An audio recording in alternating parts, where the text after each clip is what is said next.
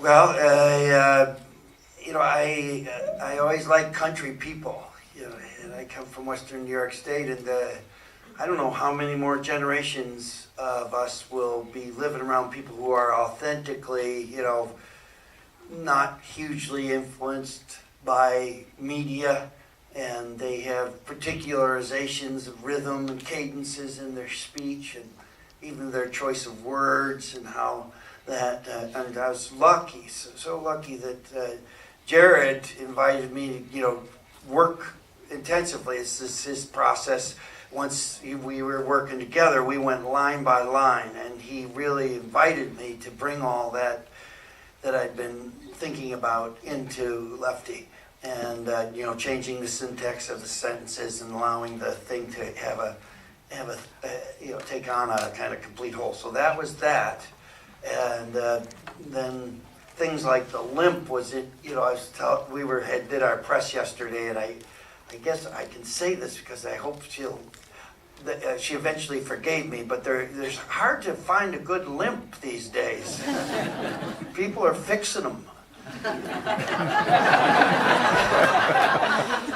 And when I would see somebody with a limp, usually I'd skedaddle around with my iPhone and photograph video.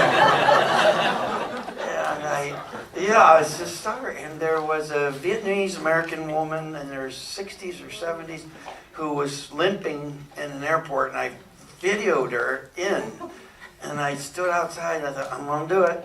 I'm going to introduce myself and find out how she got injured, what her thing was. Because I had been thinking about this other guy in Montana who ended up being a caterer on the movie, but Steve from Pepper Tree. He has a good limp from a motorcycle accident, but hers was so distinctive. There was a little kind of a hip sag about it that I really thought that'd be jazzy.